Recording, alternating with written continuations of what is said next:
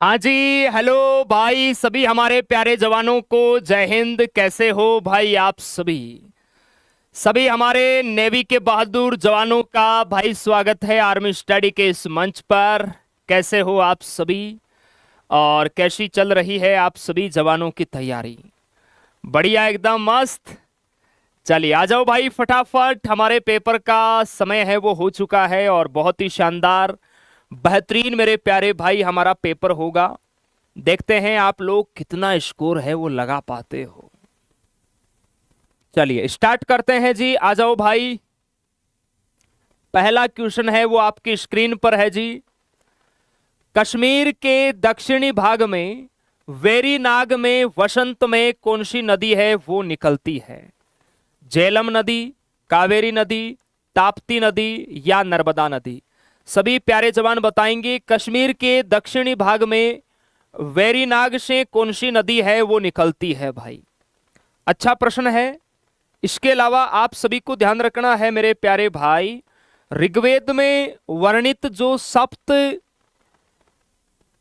सिंधु नदियों को जो आप पढ़ते हैं जिसमें 7 नदियां हैं, उनके वैदिक नाम बहुत इंपॉर्टेंट है। तो देखिए, एक तरफ तो मैं नाम लिख रहा हूं जैसे नदी का मेरे प्यारे भाई, और दूसरी तरफ उसका जो वैदिक नाम है या प्राचीन नाम है, ये भी आप सभी को ध्यान रखना है। यहां से प्रश्न एग्जाम में आता है।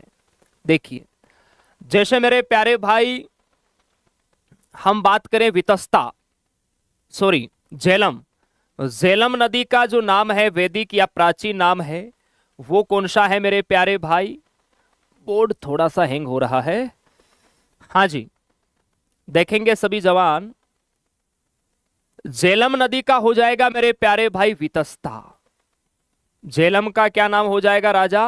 वितस्ता। उसी प्रकार देखिए हम बात करें चेनाब का, तो चेनाब का है जी आस्किनी, याद रखना है। चेनाब का कौन सा है मेरे जवान?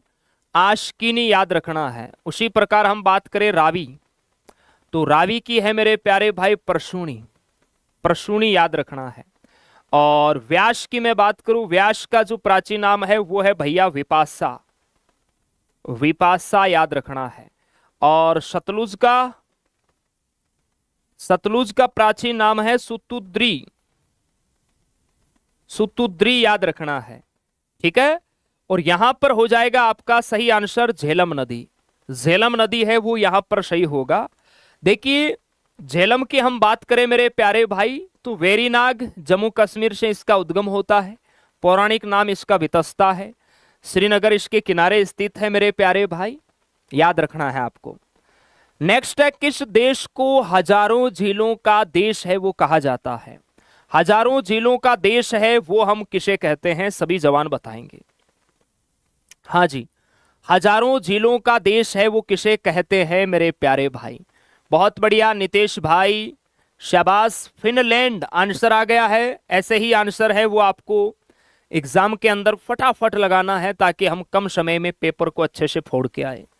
देखिए, नदियों का देश मेरे प्यारे भाई बांग्लादेश को कहते हैं, नहरों का देश पाकिस्तान को कहते हैं, सूर्योदय देश हम जापान को कहते हैं, लैंड ऑफ थंडरबोल्ट हम भूटान को कहते हैं, सफेद हाथियों का देश हम थाईलैंड को कहते हैं, एशिया का पेरिस हम थाईलैंड को कहते हैं, स्वर्णिम पेगोडा का देश हम म्यांमार को कहते हैं, और फियोर्ड तटों का देश है वो हम नॉर्वे को कहते हैं, याद रखना है। चलिए, सौर मंडल की सबसे बाहरी कक्षा में स्थित ग्रह बताना है, सबसे दूर भी है, हमारा 8वां ग्रह है मेरे प्यारे भाई। कौन सा है? सभी जवान बताएंगे भाई। बहुत बढ़िया। हाँ जी, मारवाड़ी किंग्स भाई, बहुत बढ़िया। एसएससी जीडी लवर हो क्या तुम? भाई एसएससी जीडी अगर आप में से किसी का एग्जाम है तो कल सुबह 8 बजे Biju sir academy YouTube channel पर मैराथन क्लास है वो मैं स्टार्ट करने वाला हूं जीके की। अगर आपका एग्जाम है या परिवार में है किसी का तो बताना। तो देखिए, बाहरी कक्षा में सबसे बाहरी कक्षा में है भैया नेपचून। नेपचून जिसे आप लोग हिंदी में वरुण कहते हैं, वरुण याद रखना है। ऑप्शन यहां ए आपका बिल्कुल यहां राइट जवाब हो जाएगा। सौरमंडल का प्रश्न आता है, ध्यान रखना कंफर्म। 1793 में जब स्थायी बंदोबस्त लागू किया गया उस समय बंगाल का गवर्नर है वो कौन था? कौन था भाई? हाँ जी, देखिए बंगाल का पहला जो गवर्नर था वो वारेन हेस्टिंग्स था, लेकिन 1773 के स्थायी बंदोबस्त के समय चार्ल्स कॉर्नवालिस था। ऑप्शन यहां पर सी है वो आपका यहां परफेक्ट जवाब होगा भाई। गवर्नर जनरल अच्छे से याद रखना। नेक्स्ट है, भारत का मैकियावली किसे कहा जाता है? भारत का मैकियावली, भारत का मैकियावली हम कहते हैं जी कौटिल्य, चाणक्य, विष्णुगुप्त, जिन्होंने अर्थशास्त्र की रचना की थी भाई साहब। अर्थशास्त्र है वो इन्होंने ही लिखा था मेरे प्यारे भाई, याद रखना है आप सभी को। ओके, चलिए इसके अलावा देखिए कालिदास को हम भारत का शेक्सपियर कहते हैं, समुद्रगुप्त को भारत का नेपोलियन कहते हैं, चाणक्य, कौटिल्य, विष्णुगुप्त को भारत का मैकियावली कहते हैं, हमारे सरदार वल्लभ भाई पटेल को हम भारत का बिस्मार्क और भारत का लौह पुरुष कहते हैं, दादा भाई नौरोजी को हम grand old man of India के नाम से जानते हैं, ध्यान रखना है। चलिए जी नेक्स्ट है, पोलैंड की राजधानी है वो कौन सी है मेरे प्यारे भाई? पोलैंड की राजधानी आप सभी जवानों को बताना है। पोलैंड की राजधानी वारसा, रोटरडेम, डबलिन या कराची? पोलैंड की राजधानी बताओ भाई। सभी देशों की राजधानी, मुद्राएं और राजभाषा किसको याद है? हाथ ऊपर करो। किसको याद है मेरे प्यारे भाई? देखते हैं किस किस को याद है। राजधानी आप लोग बताओ, मुद्रा है और भाषा है वो मैं आपको बता देता हूं। मुद्रा है यहां की पोलिश जलोटी, पोलिश जलोटी यहां की मुद्रा है। यहां की भाषा है पोलिश मेरे प्यारे भाई। यहां की भाषा कौन सी है राजा? पोलिश है वो यहां की भाषा है। और राजधानी है यहां की वारसा। ऑप्शन ए है वो आपका सही हो जाएगा। ऑप्शन ए है वो आपका ठीक हो जाएगा। अरे वाह, काफी बच्चे हैं कि सर बिल्कुल हमने एकदम रट्टा लगा रखा है। भाई याद कर लेना, 2-3 प्रश्न कंफर्म आएंगे, अभी मैं आपको बता रहा हूं। महाराष्ट्र में पाई जाने वाली कपास मिट्टी का दूसरा नाम आपको बताना है। महाराष्ट्र में पाई जाती है कपास मिट्टी का दूसरा नाम है वो आपको बताना है। सभी प्यारे नौजवान बताएंगे भाई। चलिए विकास भाई आप हेल्पलाइन नंबर पे भेज देना। सर एसएसआर वाले बिल्कुल देख सकते हैं, जीके तो सबके लिए सेम है यार। महाराष्ट्र में पाई जाने वाली जो कपास मिट्टी है इसको हम काली मृदा या रेगूर। ऑप्शन यहां पर डी आपका राइट हो जाएगा भाई, डी याद रखना है। देखिए काली मृदा के बारे में आपको मैं बताऊं मेरे प्यारे भाई, तो इसे रेगूर मृदा के नाम से जानते हैं। इसके अलावा इसे कपासी मृदा, उष्ण कटिबंधीय चेरी नोजम लावा मिट्टी, ये इसकी उपनाम है। उत्तर प्रदेश में इसे काली मिट्टी, इस काली मिट्टी को ध्यान रखना है, करेल कहा जाता है। काली मृदा का निर्माण बेसाल्ट लावा के अपक्षय से हुआ है। इस मृदा में कार्बनिक पदार्थों की अधिकता होती है। काली मृदा प्रायद्वीपीय पठारी क्षेत्र में पाई जाती है। काली मृदा स्वतः जुताई वाली मृदा है। वर्षा काल में ये चिपचिपी हो जाती है भाई। महाराष्ट्र, गुजरात, मध्य प्रदेश, कर्नाटक, तमिलनाडु, इन क्षेत्रों में ये पाई जाती है। सविनय अवज्ञा आंदोलन है ये भाई आपका कब हुआ था बताओ? सविनय अवज्ञा आंदोलन बताओ मेरे प्यारे जवानों। बहुत ही अच्छा प्रश्न है। हाँ जी, तो ये आपका ध्यान रखना, सविनय अवज्ञा आंदोलन 1930 में मेरे प्यारे भाई शुरू हुआ। कब हुआ बाबू भैया? 1930 में हुआ, ध्यान रखना। 1922 में आप लोग याद रखो चोरा चोरी कांड, चोरा चोरी कांड गोरखपुर यूपी में हुआ था, याद रखना है। 1926 में हमारे शहीद आजम भगत सिंह ने नौजवान सभा का गठन किया था भाई। 1982 की ऑस्कर विनिंग जो मूवी है उसमें गांधी जी की भूमिका आपको बताना है।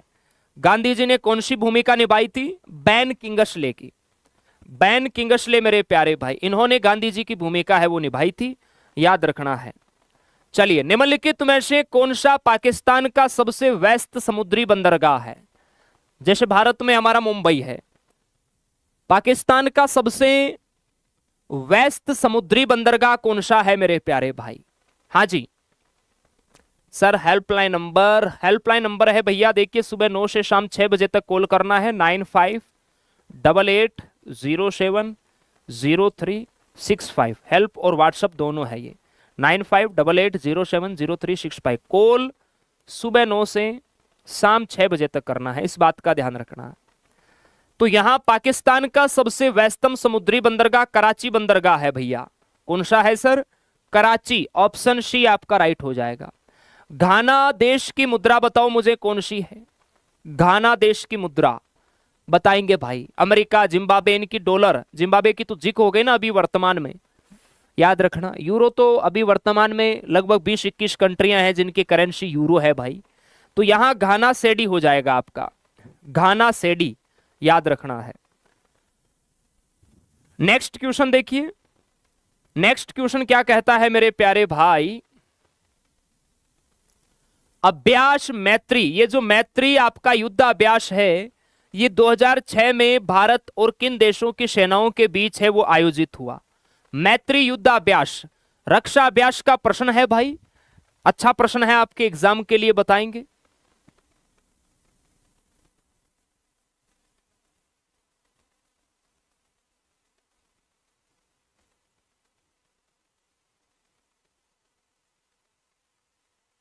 हाँ जी, तो मैत्री जो संयुक्त सैन्य अभ्यास है ना भाई, ये हुआ आपका भारत और थाईलैंड के मध्य। भारत और थाईलैंड के मध्य।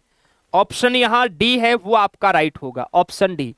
वज्र प्रहार तर्कश ये अमेरिका के साथ होता है। जापान में धर्म गार्जियन है, जिम्बैक्स है, ये हम जापान के साथ करते हैं। तो जितने भी हमारे युद्धाभ्यास करंटली या जो पहले है, क्योंकि सेनाएं मिलकर आपस में रक्षा अभ्यास करती है अलग अलग देशों के साथ, ताकि कहां पर कमी है उसमें हम समय रहते सुधार कर सके।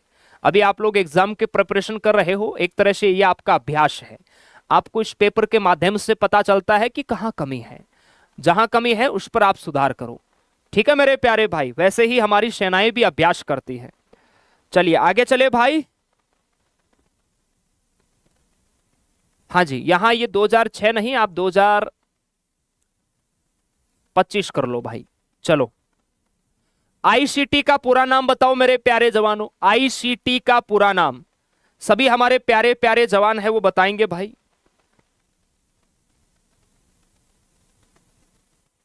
आईसीटी का पूरा नाम बताएंगे सभी प्यारे भाई। हाँ जी, आईसीटी का पूरा नाम सभी जवान बताएंगे। तो सूचना एवं संचार प्रौद्योगिकी, सूचना एवं संचार प्रौद्योगिकी, ये आईसीटी का पूरा नाम है मेरे जवान।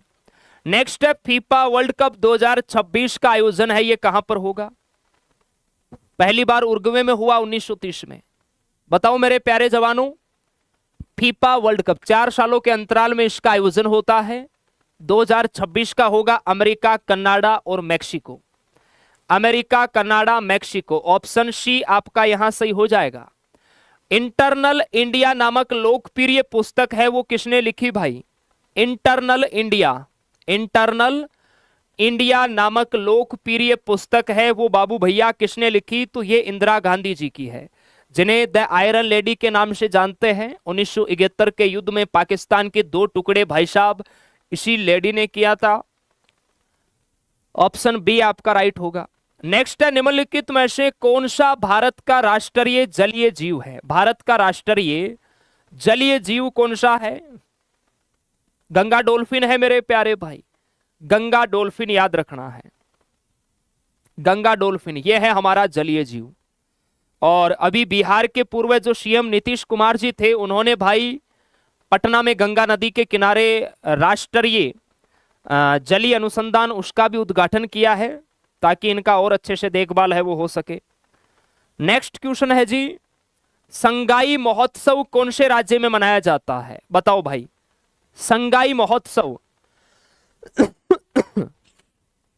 सभी जवान बताएंगे। संगाई महोत्सव है वो आपका किस राज्य में मनाया जाता है? आने दो। तो ये मणिपुर में मनाया जाता है मेरे प्यारे भाई। हर साल लगभग इसका नवंबर में आयोजन है वो होता है आपका। संगाई जो हिरण है उसके नाम पर रखा गया है। मणिपुर है वो आपका सही होगा, मणिपुर मेरे प्यारे भाई, मणिपुर याद रखना है। चलिए, पानीपत की दूसरी लड़ाई किसके बीच हुई? देखिए, पानीपत के 3 युद्ध हुए थे। पहला 1526 और दूसरा होता है जी 1556 में, तीसरा 1761 में। तो दूसरा हुआ अकबर और हेमू के मध्य, अकबर और भैया हेमू के मध्य हुआ, अकबर और हेमू के मध्य। ठीक है, चलिए नेक्स्ट है हड़प्पा सभ्यता की खोज है, ये किसने की भाई? हड़प्पा सभ्यता की खोज 1921 में हुई। हड़प्पा सभ्यता की खोज है वो किसने की? तो ध्यान रखना जी, दयाराम साहनी ने की। किसने की बड़े प्यारे भाई? दयाराम साहनी जी ने की हड़प्पा सभ्यता की खोज। मोहनजोदड़ो की खोज राखलदास बनर्जी ने की 1922 में। मोहनजोदड़ो, इसकी खोज 1922 में राखलदास बनर्जी ने की, ध्यान रखना है। बंगाल केसरी के नाम से किसे जानते हैं मेरे जवानों? बंगाल केसरी के नाम से है वो हम किसे जानते हैं बताओ? बंगाल केसरी के नाम से किसे जानते हैं? देखिए, पंजाब केसरी तो हम लाला लाजपत राय को कहते हैं, पंजाब केसरी। और बंगाल केसरी है वो है भाई हमारे आशुतोष मुखर्जी, याद रखना है। बाल गंगाधर तिलक को हम लोकमान्य के नाम से जानते हैं, लोकमान्य बाल गंगाधर तिलक। सरदार वल्लभ भाई पटेल को मेरे प्यारे भाई हम भारत का iron man of India, Bharat का लोहे पुरुष कहते हैं, भारत का बीस्मारक कहते हैं, याद रखना है आपको। पश्चिमी नौसेना कमान का मुख्यालय बताओ कहां है? वर्तमान में 3 कमांड है मेरे प्यारे भाई हमारी नौसेना की, और इसमें आप लोग मुझे बताओ पश्चिमी जो कमांड है उसका मुख्यालय बताओ। सभी जवान है वो बताएंगे। देखिए, पूर्वी जो नौसेना है उसका मुख्यालय किधर हो जाएगा भाई? पूर्वी नौसेना का मुख्यालय हो जाता है विशाखापट्टनम, आंध्र प्रदेश। विशाखापट्टनम, आंध्र प्रदेश। और जो पश्चिमी नौसेना है उसका मुख्यालय किधर हो जाएगा भाई? पश्चिमी का हो जाता है जी मुंबई, महाराष्ट्र में, याद रखना है, मुंबई महाराष्ट्र में। और मेरे प्यारे भाई दक्षिणी जो नौसेना है उसका मुख्यालय हो जाएगा लल्ला कोची, कोची केरल में। यहां पूछा है पश्चिमी, तो पश्चिमी मुंबई में हो जाएगा, ध्यान रखना है। ऑप्शन यहां सी है वो आपका राइट हो जाएगा। आपने कौन सा बताया है जी? Mumbai, Mumbai, very good, well done, बहुत बढ़िया। निम्नलिखित में से कौन सी भारत द्वारा निर्मित पहली बैलिस्टिक मिसाइल है भाई? भारत की पहली बैलिस्टिक मिसाइल हमारी पृथ्वी है मेरे प्यारे भाई। कौन सी है राजा? पृथ्वी है, ध्यान रखना, पृथ्वी। ऑप्शन ए है वो हमारा ठीक होगा, ध्यान रखना। चलिए नेक्स्ट है, निम्नलिखित में से कौन सा कथन है वो असत्य है भाई? एसएससी के एग्जाम में आया हुआ प्रश्न है आपके मिट्टियों से रिलेटेड। कौन सा कथन असत्य है? यहां देखिए लेटेराइट मिट्टी से जुड़े हुए 4 आपके सामने पॉइंट है, आप लोग पहचान करो कौन सा सत्य है कौन सा असत्य है। देखो, लेटेराइट मिट्टी सामान्यतः अधिक वर्षा वाले क्षेत्रों में पाई जाती है, ये तो सत्य है। हमें यहां असत्य पहचानना है, याद रखना है, असत्य की पहचान करनी है। यह एक क्षारीय मिट्टी है, इस मिट्टी में मुख्यतः मोटे अनाज की खेती होती है, इस मिट्टी में चाय की खेती भी होती है। कौन सा आपको ज्यादा यहां रॉन्ग कौन सा लग रहा है? बच्चे कह रहे हैं शी, मुझे तो शी सही लग रहा है भाई। देखो, ये ध्यान रखना, क्षारीय मिट्टी नहीं है, ये अम्लीय मिट्टी है भाई। ये कैसी मिट्टी है मेरे राजा? ये अम्लीय मिट्टी है, क्षारीय मिट्टी नहीं है।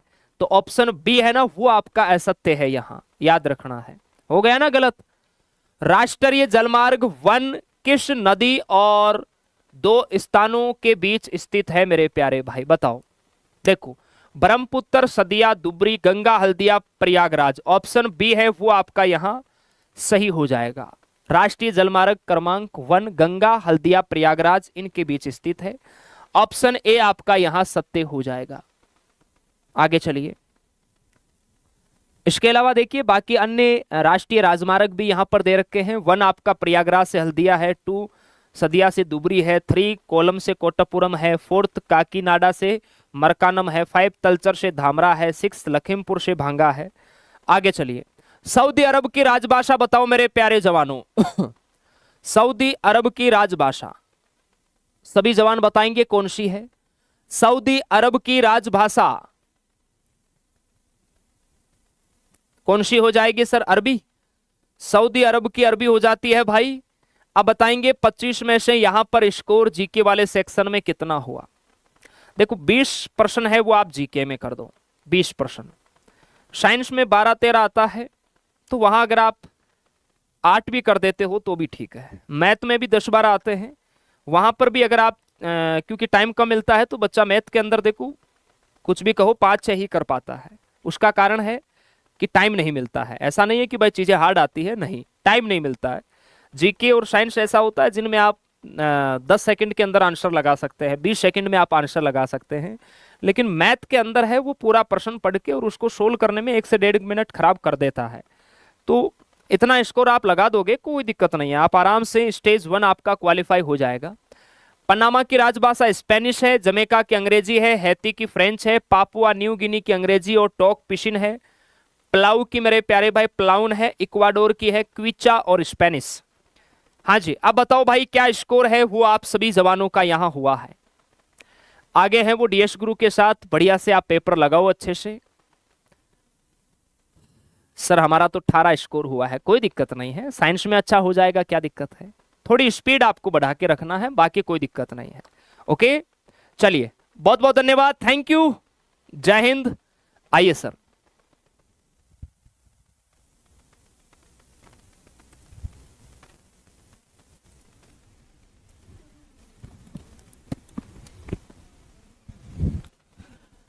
जय हिंद, नमस्कार सभी दोस्तों का एक बार फिर से स्वागत। आर्मी स्टडी के इस दमदार एप्लीकेशन और यूट्यूब पर पढ़ने वाले सभी बंदों का एक बार मैं स्वागत करता हूं। आर्मी स्टडी के इस डिजिटल मंच पर आप सभी का स्वागत। उम्मीद आशा है शानदार तैयारी के साथ आप जोश और जुनून के साथ आगे बढ़ रहे हैं और इस यूट्यूब पर होने वाले इस शानदार टेस्ट को आप भरपूर तरीके से मन लगाकर इस टेस्ट में सवालों को पढ़ रहे हैं और ताबड़तोड़ जवाब भी दे रहे हैं। शुरुआत करेंगे दोस्तों आज के हमारे इस शानदार सवालों के साथ। और पहला सवाल आपके सामने स्क्रीन पर आ चुका है। कहते ना, जब तक तोड़ेंगे नहीं तब तक छोड़ेंगे भी नहीं। अरे जिंदगी खेलती भी उसी के साथ है जो खिलाड़ी बेहतरीन होता है। पहला सवाल हमारा स्क्रीन पर आ चुका है दोस्तों, और पहला सवाल देखो क्या कह रहा है। पहला सवाल कह रहा है कि किसी पिंड के द्रव्यमान को किस में व्यक्त किया जाता है? ग्राम में, लीटर में, सेकंड में या मीटर में? भाई द्रव्यमान की आपको ये ना इनडायरेक्टली पूछ रहा है, इसकी यूनिट क्या है। द्रव्यमान का आपको मात्रक बताना है, वही चीज ये पूछ रहा है। तो दोस्तों क्लियर है, द्रव्यमान को देखो या तो हम केजी में या फिर ग्राम में, दोनों में किसी में भी लिख सकते हैं। आप मास को केजी में लिख सकते हो, आप मास को ग्राम में लिख सकते हो। सेकंड समय हो गया। मीटर में देखो दूरी है, लंबाई है या फिर विस्थापन है, इसको दर्शा सकते हो। चलिए, मनुष्य में डेंगू संक्रमित के काटने से होता है, मतलब किस के काटने से डेंगू होता है जी? ये आपके रोगों से सवाल पूछा है। कुत्ते के काटने से, मच्छर, सांप या ततैया? बताइए डेंगू किसके काटने से होता है? तो क्लियर है, डेंगू मच्छरों के काटने से होता है। और डेंगू का मच्छर कौन सा होता है? मादा एडीज मच्छर होता है जी, मादा एडीज मच्छर होता है जी। और कुत्ते के काटने से हम जानते हैं दोस्तों रेबीज होता है, और रेबीज को हम हाइड्रोफोबिया बोलते हैं। हाइड्रोफोबिया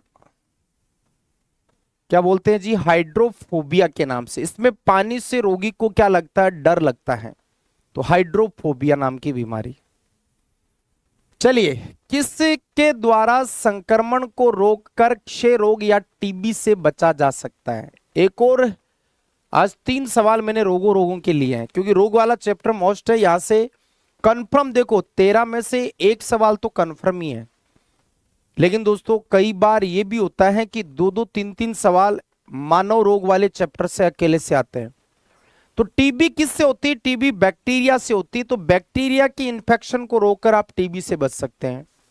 और इसका बैक्टीरिया है Mycobacterium, Mycobacterium tuberculosis. Mycobacterium tuberculosis, ये ध्यान रखना है।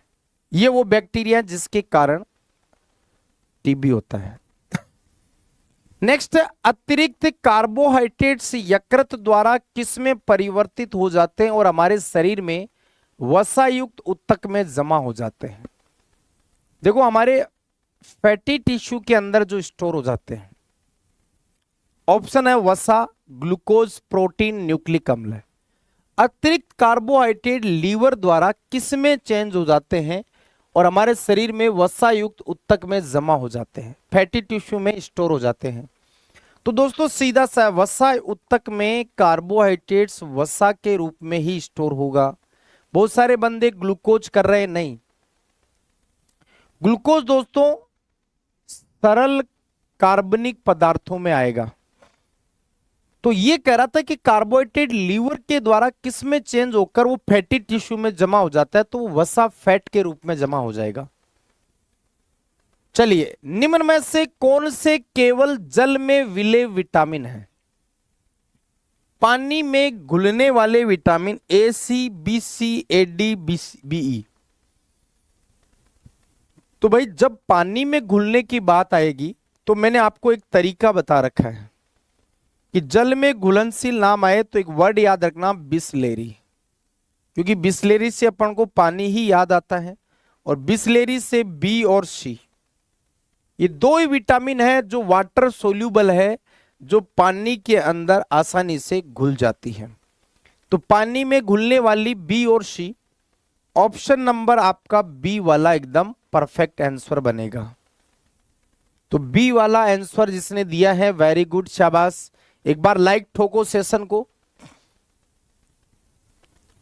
शाबाश शाबाश। सर अभी तक मेरे सारे सही हो रहे हैं, बढ़िया है, तैयारी मजबूत होगी। देखो अभी आपको ये पता होगा कि आपके 50 सवालों में 30 मिनट का वक्त मिलता है। मैंने आपको कई बार कहा भी है, जिक्र भी किया है कि जैसे आपका एग्जाम डेट डिक्लेयर होगा उससे हम पहले ही आपको कुछ ऐसे पेपर भी हम इसी यूट्यूब पर कराएंगे जो 30 मिनट में हम सॉल्व करेंगे। अम्ल की धातुओं के साथ अभिक्रिया होने पर निम्न में से कौन सी गैस निकलती है? Carbon dioxide, oxygen, hydrogen, nitrogen. अम्ल की धातुओं के साथ अभिक्रिया होने पर कौन सी गैस निकलती है, ये आपको बताना है। तो देखो, अम्लों की जब धातु के साथ रिएक्शन होती है तो याद रखना लवण प्लस जल बनता है, सॉरी लवण प्लस H2 गैस बनती है। और अगर अम्लों की क्रिया धातु कार्बोनेट या बाइकार्बोनेट से होती है या धातु बाइकार्बोनेट से होती है,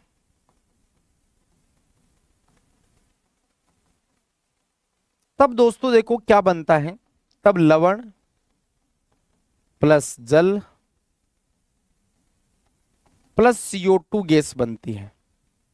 और यहां कह रहा है अम्ल की अगर धातु से रिएक्शन हो तो फिर हाइड्रोजन गैस बनती है, ध्यान रखना है। और ये क्वेश्चन आ सकता है आपकी बार कि अगर अम्लों की धातु के साथ रिएक्शन हो तो कौन सी गैस बनती है, और धातु कार्बोनेट धातु बाइकार्बोनेट के साथ हो तो कार्बन डाइऑक्साइड बनेगी। चलें आगे। भौतिक परिवर्तन के लिए निम्न में से कौन सा कथन सही है? पदार्थ की अवस्था में हम पढ़ते हैं फिजिकल एंड केमिकल चेंज। तो ये पूछ रहा है भौतिक परिवर्तन के लिए कौन सा कथन सही है? वे अनुत्क्रमणीय होते हैं। अनुत्क्रमणीय तो दोस्तों स्थायी होते हैं। क्या भौतिक स्थायी होते हैं? नहीं, ये अस्थायी परिवर्तन होते हैं, यही करेक्ट होगा। क्योंकि दोस्तों भौतिक परिवर्तन में आप जानते हैं जब A से B बनता है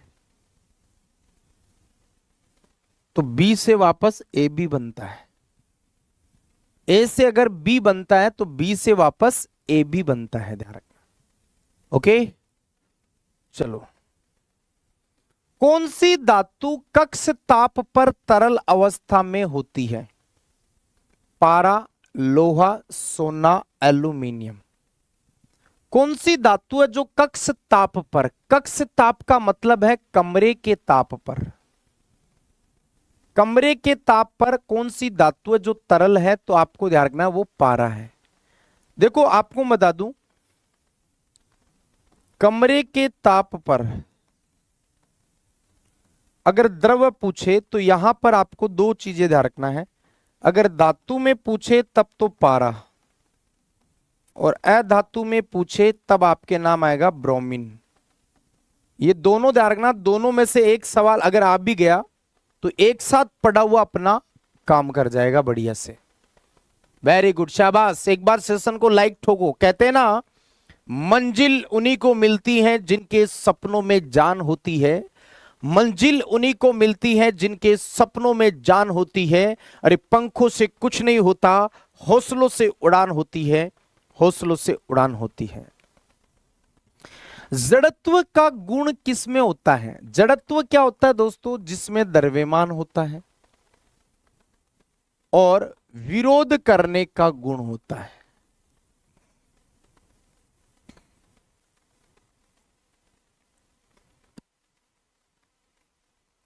जिसमें द्रव्यमान होता है और विरोध करने का गुण होता है, उसको हम जड़त्व के नाम से, इनर्शिया के नाम से जानते हैं जी।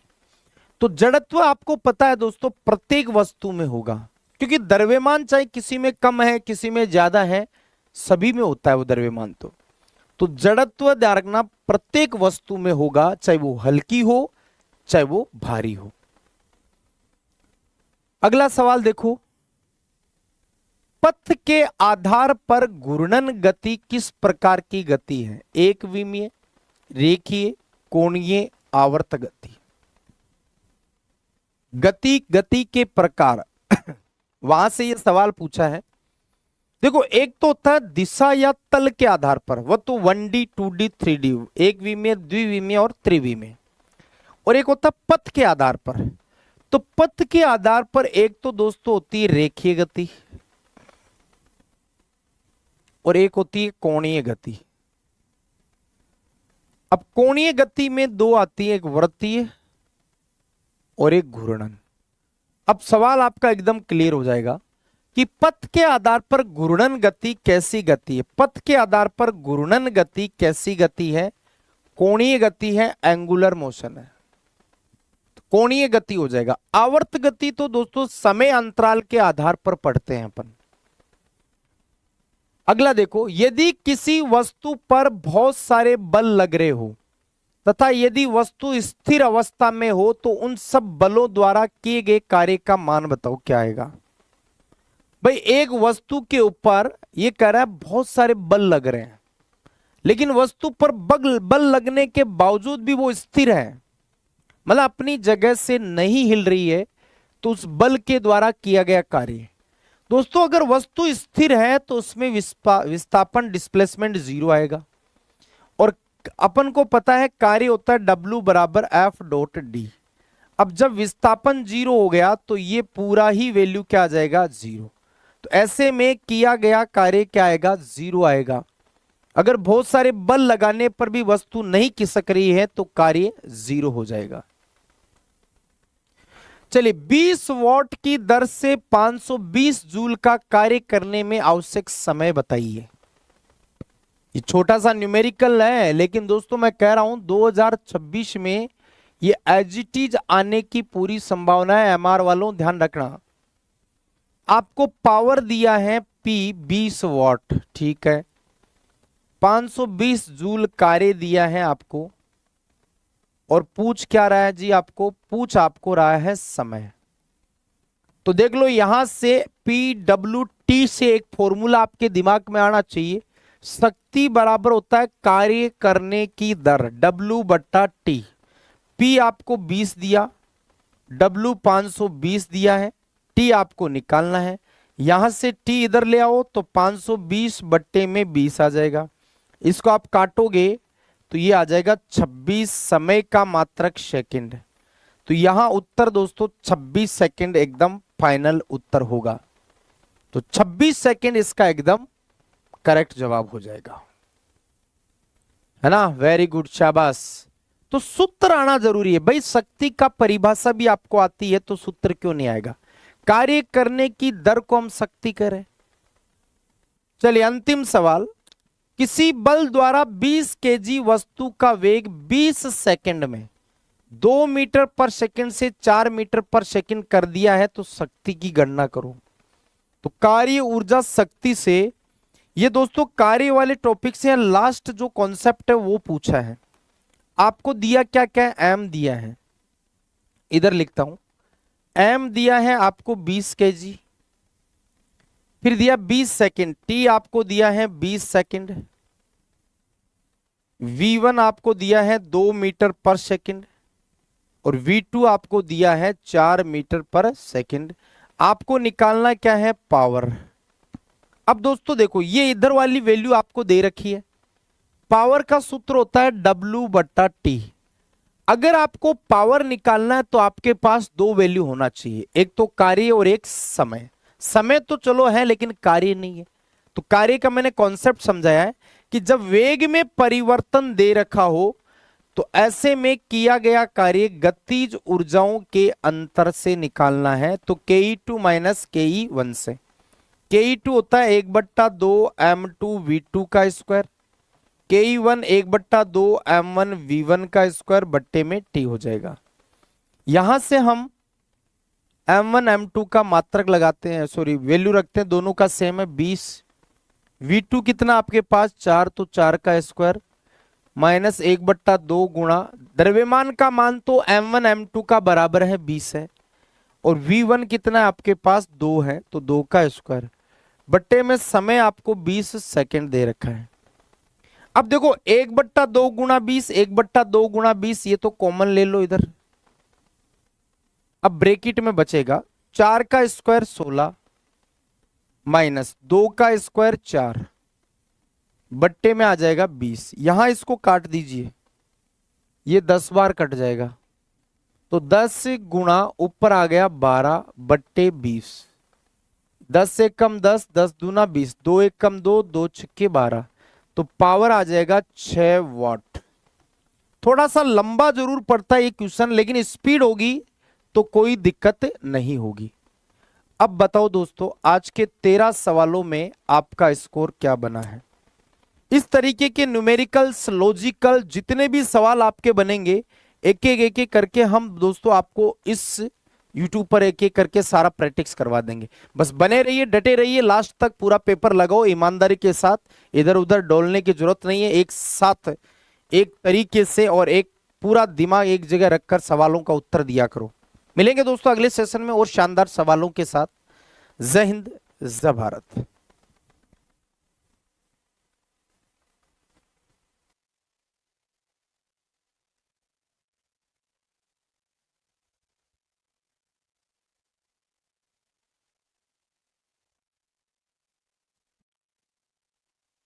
हेलो, नमस्कार, राधे राधे, जय श्री कृष्णा। कैसे हैं मेरे भाई? सभी बड़े अच्छे होंगे, स्वस्थ होंगे, मस्त होंगे। नमस्कार भाई, स्टार्ट करते हैं आज का ये बेहतरीन सेशन। हमारे पास है क्वेश्चन नंबर फर्स्ट। जय हिंद, क्या हालचाल हैं आप सभी के?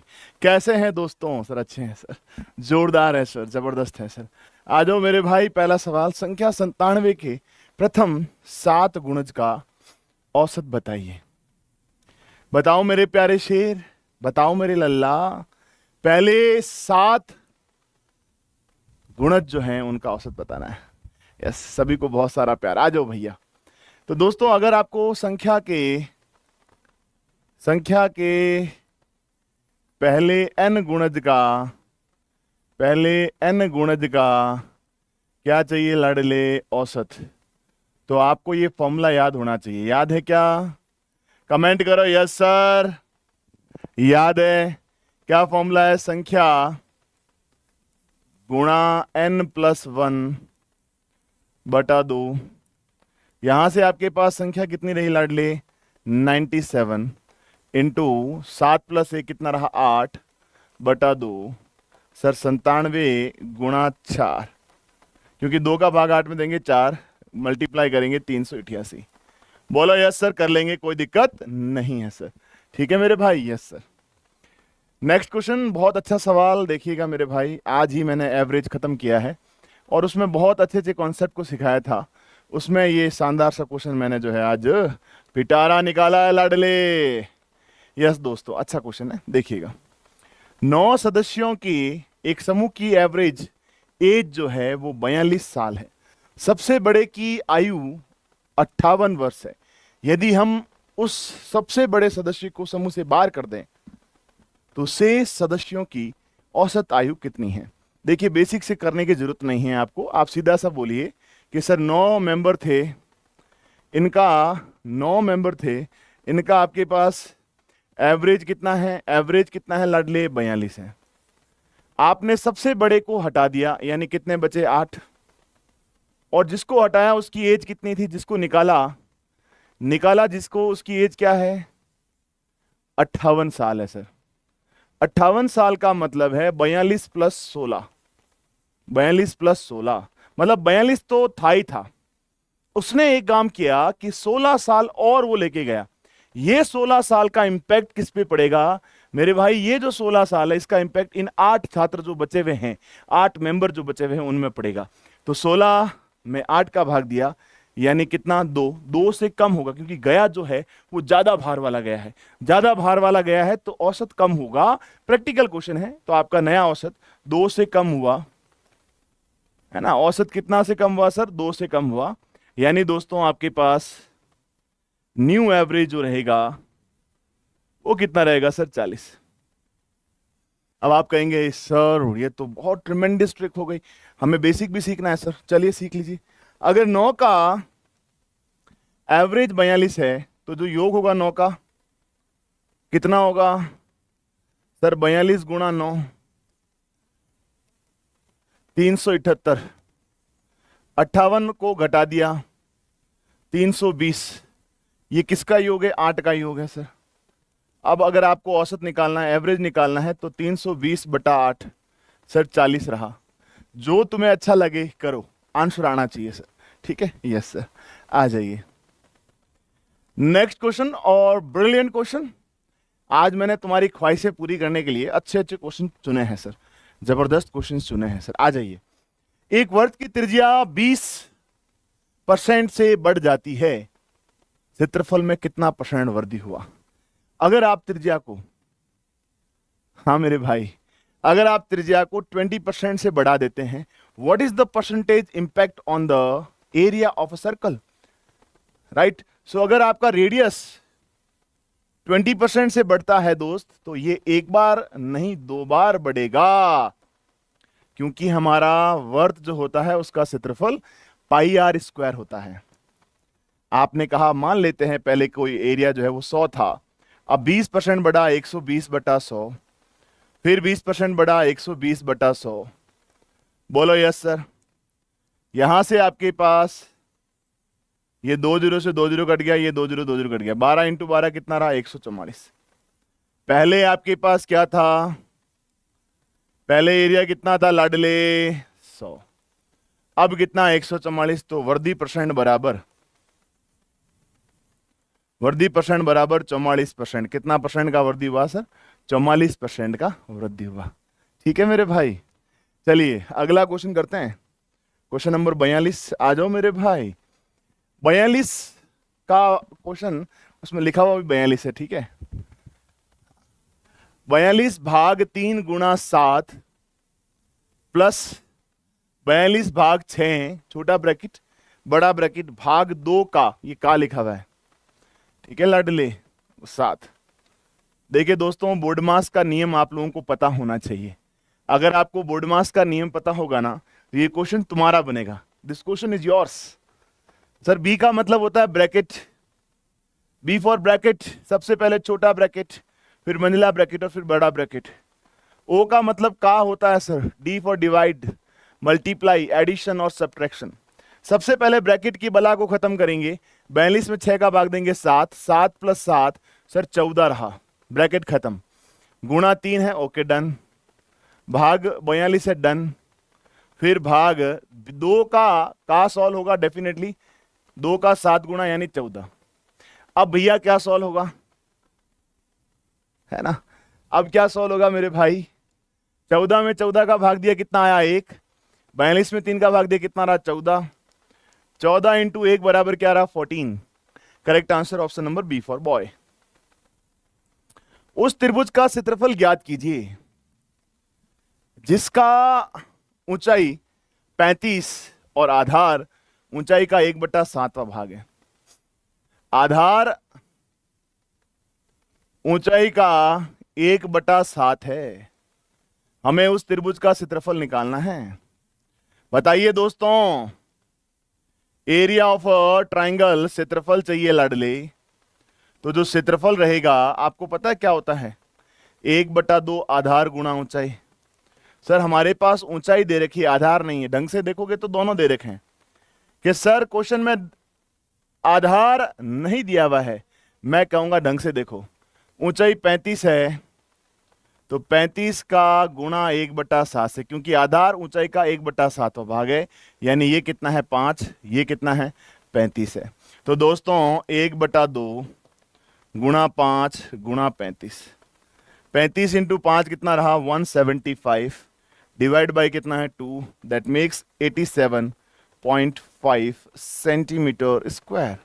बोलो yes sir, we will do it sir, है ना? Yes sir, we will do it sir. नहीं, क्लास तो हुई है, हर क्लास हुई है मेरी, है ना? चलिए अगला क्वेश्चन देखिए कि एक शर्ट $30 में खरीदी, 40 में बेची, हमको बताना है कितना % का प्रॉफिट हुआ है। सर आपका क्रम मूल्य जो है लाडले मेरे भाई 30 है, आपने उस वस्तु को कितने में सेल आउट किया है? सर हमने उस वस्तु को 40 में बेचा है। सर मेरे प्यारे लाडले, यहां पे आपसे पूछा है लाभ कितने का होता है, तो आपने कहा मेरे भाई 10 का। लाभ % कितना है सर? तो लाभ % बराबर लाभ बटा क्रय मूल्य गुणा 100। लाभ कितने का? 10 का। क्रय मूल्य कितना? 30 गुणा 100। यहां से लाडले यहां पे 0 0 कट गया, यूमस से 0 0 कट गया, 100 में 3 का भाग दिया, दैट मेक्स 33.33%। या it is tremendous, it is tremendous, है ना? Yes sir, we will do it sir. चलिए अगला चलें, अगला चलें। हाँ, किसी वस्तु के क्रय मूल्य का 40% उसके विक्रय मूल्य का 30% के बराबर है।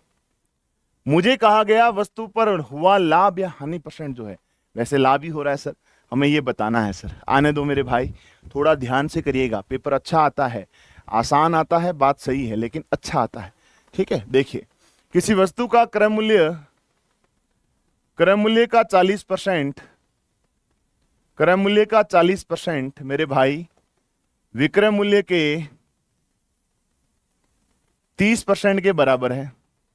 ओके गुरुदेव, तो यहां से एक चीज समझना आप, बहुत तगड़ी वाली, यहां पे आप एक बात समझेंगे सर, शानदार वाली, कि सर यहां से परसेंटेज स्वाहा, 0 से 0 स्वाहा, क्रय मूल्य के नीचे क्या लिखेंगे सर? विक्रय मूल्य। क्रय मूल्य के नीचे क्या लिखा सर? विक्रय मूल्य। ओके, और ये 3 बटा कितना रहा? 4। अब आपने कहा कोई वस्तु 3 की है और आपने 4 में बेची, 3 की वस्तु 4 में बेची सर, तो कितने का लाभ हुआ सर? लाभ कितने का हुआ सर? लाभ हुआ 1 का। हमें क्या चाहिए सर? लाभ %। 1/3 गुणा 100, दैट मेक्स 33.33%। अगर तुमसे सवाल नहीं हो रहा है तो सर सोचना पड़ेगा सर, है? भाई अश्विनी, तुम जो कहना चाहते हो कमेंट को थोड़ा सा लिखो, हम देखेंगे आपके कमेंट को, बस। लव यू भाई। हाँ आ जाओ भाई। क्वेश्चन नंबर 46, बहुत अच्छा सवाल है सर। 16a² - 81b² का गुणनखंड बताइए। शुद्ध प्रश्न है भाई, एकदम कहते हैं अच्छा वाला सवाल है सर। आपको मालूम है a² - b² क्या होता है? सर ये तो हम फॉर्मूला कई बार पढ़े हैं सर, आपने बताया है ना? बताया है मैंने। ये आपके पास होता है a + b और a - b। बोलो यस सर। अब यहां से दोस्तों इसे आप 4a² - 9b का होल स्क्वायर लिख सकते हैं सर, बिल्कुल लिख सकते हैं। 4 का स्क्वायर 16 होता है, 9 का स्क्वायर 81 होता है सर, है ना मेरे भाई? Yes sir. तो अब आप यहां पे एक और चीज देखते हैं सर कि सर ए स्क्वायर माइनस बी स्क्वायर क्या बना रहा है? ए प्लस बी और ए माइनस बी, यानी मेरे भाई यहां पे 4a स्क्वायर और 9b स्क्वायर क्या बनाएंगे? 4a प्लस 9b और 4a माइनस 9b। ये आपके पास ऑप्शन नंबर डी में अवेलेबल है। डी रहेगा, सी नहीं रहेगा मेरे भाई, ठीक है? टप्पा मत मारो तुम। अगला सवाल, ये मैंने आज ही सुबह की क्लास में बताया, 8 बजे वाली क्लास में, याद है? सुबह 8 बजे का जो हमारा एडवांस मैथ्स का सेशन होता है ना, उसमें बताया 2x square plus 5x minus 4 बराबर 0 में शून्यकों का योग, शून्यकों का योग आपको मालूम है ना शून्यक क्या होता है? यानी मूल। शून्यकों का मतलब मूलों का। क्या चाहिए सर? योग चाहिए। आपको फॉर्मूला याद है ना लाला? नहीं याद है तो देख लीजिए भाई, जिसको भी एमआर का बेस लेना ले सकता है, कोई मना नहीं है। अल्फा प्लस बीटा बराबर माइनस का बी बटा ए। सवाल तो आएंगे सर, ऐसे डरना तो बिल्कुल भी नहीं है सर। बी कितना है मेरे भाई, है ना? इसकी तुलना करेंगे a x square plus b x plus c बराबर 0 से, तो मेरे प्यारे भाई, मेरे प्यारे शेर, मेरे प्यारे चीते, बी का मान कितना है? 5 माइनस का 5। ए कितना है लाडली? 2।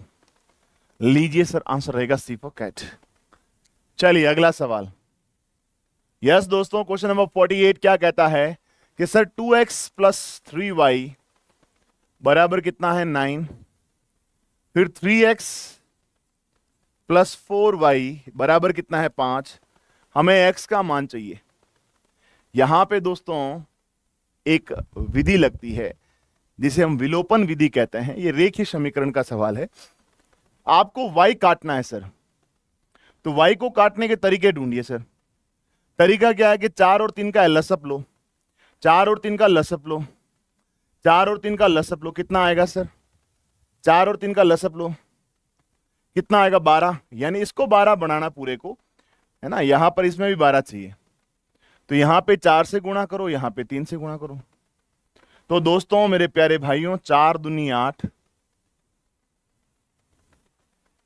4 तिया 12 और 9 चौक 36, यहां पे 3 तिया 9 और 3 चौक 12 और 5 तिया 15।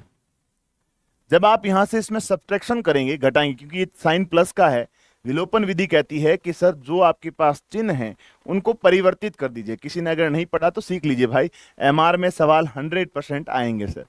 तो प्लस को माइनस, प्लस को माइनस, माइनस करिए। 12y प्लस का जो है वो माइनस से कट जाएगा। 8 में से 9 घटाएंगे, माइनस का x आएगा। 36 में से 15 घटाएंगे, 21 आएगा। ये माइनस इधर जाएगा क्योंकि ये साइन चेंज हो जाते हैं। x बराबर माइनस का क्या हो जाएगा? 21। It is the tremendous question. ये आपके पेपर में आने के चांसेस हैं, तो थोड़ा सा तैयारी कर लीजिए अपने आप में, है ना? यस मेरे भाई। सम अष्टभुज के विकर्णों की संख्या, n भुजा का आपके पास बहुभुज है लाडले, n भुजा के बहुभुज में विकर्णों की संख्या अगर आपको निकालनी है, विकर्णों की संख्या निकालनी है अगर आपको, तो दोस्तों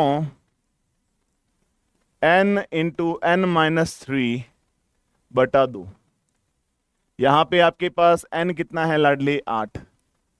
तो भैया 8 गुणा 8 माइनस 3 बटा 2।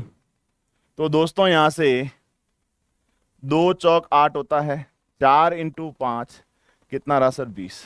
विकर्णों की संख्या कितना है? 20 है। चलिए अगला चलते हैं। हमारे पास sec theta plus tan theta कहो है, या tan theta plus sec theta कहो, है ना?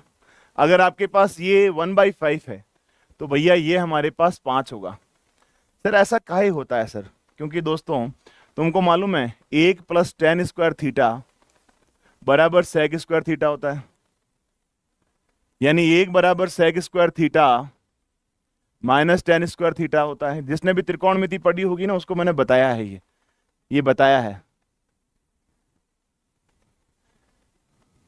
हाँ पढ़ाया है ना ये चीज। हाँ पंकज क्या कह रहे हैं सर?